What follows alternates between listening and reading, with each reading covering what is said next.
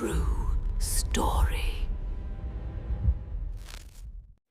ଏ କାହାଣୀଟି ଏକ ସତ୍ୟ ଘଟଣା ଉପରେ ଆଧାରିତ।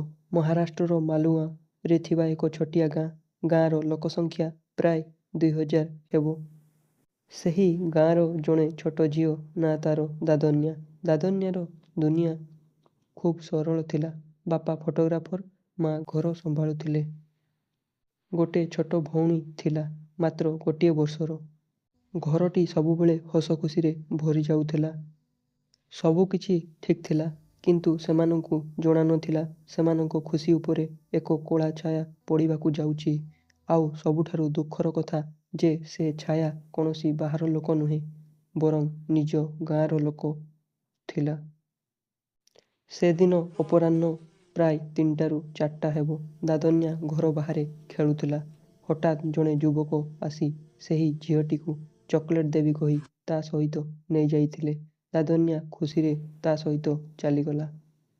ସେହି ଯୁବକଟି ପ୍ରଥମେ ଦାଦନ୍ୟା ସହ ଜଘନ୍ୟ ଅତ୍ୟାଚାର କଲା।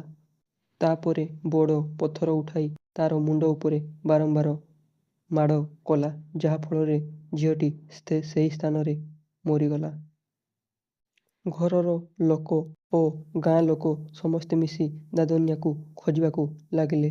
ଅନ୍ଧାର ବଢ଼ି ବଢ଼ି ଗଲା, କିନ୍ତୁ ଦାଦନ୍ୟାକୁ ପାଇଲା ନାହିଁ। ପରେ ପୁଲିସ ଏହାର ତଦନ୍ତ ଆରମ୍ଭ କଲା। ପୋଲିସ ତଦନ୍ତରୁ ମୃତଦେହଟିକୁ ପାଇଲା, କିନ୍ତୁ ପୋଲିସର ସନ୍ଦେହ ହେଲା ମୃତଦେହ ଏତେ ନିକଟରୁ ମିଳିଛି, ତେଣୁ ଅପରାଧୀ ନିଶ୍ଚୟ ଗାଁର କେହି ଜଣେ ହୋଇଥାଇପାରେ। ପୋଲିସ ଦାଦନ୍ୟାର ସାଙ୍ଗମାନଙ୍କ ସହିତ କଥା ହେଲେ। ଜାଣିଲେ ଜଣେ ଅଙ୍କଲ ଚକୋଲେଟ୍ ଦେବାକୁ କହି ତାଙ୍କୁ ନେଇଯାଇଥିଲେ। ସେହି ଅଙ୍କଲଟିର ନାମ ଥିଲା ବିଜୟ, ତାଙ୍କ ନିଜ ଗ୍ରାମର। ଆପଣ ମଧ୍ୟ ପିଲାଟିକୁ ମାରିବାର କାରଣ ଜାଣିଲେ ଆଶ୍ଚର୍ଯ୍ୟ ହେବେ। ପ୍ରାୟ ଗୋଟିଏ ମାସ ଆଗରୁ ଦାଦନ୍ୟାର ବାପାଙ୍କ ସହିତ ବିଜୟର ଗୋଟିଏ ଛୋଟ ଝଗଡ଼ା ହୋଇଥିଲା। ବିଜୟ ସେହି ଛୋଟ କଥାକୁ ମନେରଖି ବଦଲା ନେବାକୁ ଭାବି ଏକ ସରଳ ଝିଅକୁ ବାଛିଲା। ସେ ଭାବିଥିଲା ଝିଅଟି ବଞ୍ଚିଲେ ସବୁ କହିଦେବ, ତେଣୁ ତାକୁ ପଥରରେ ଛେଚି ମାରି ଦେଇଥିଲା। ପୋଲିସ ବିଜୟକୁ ଗିରଫ କଲା।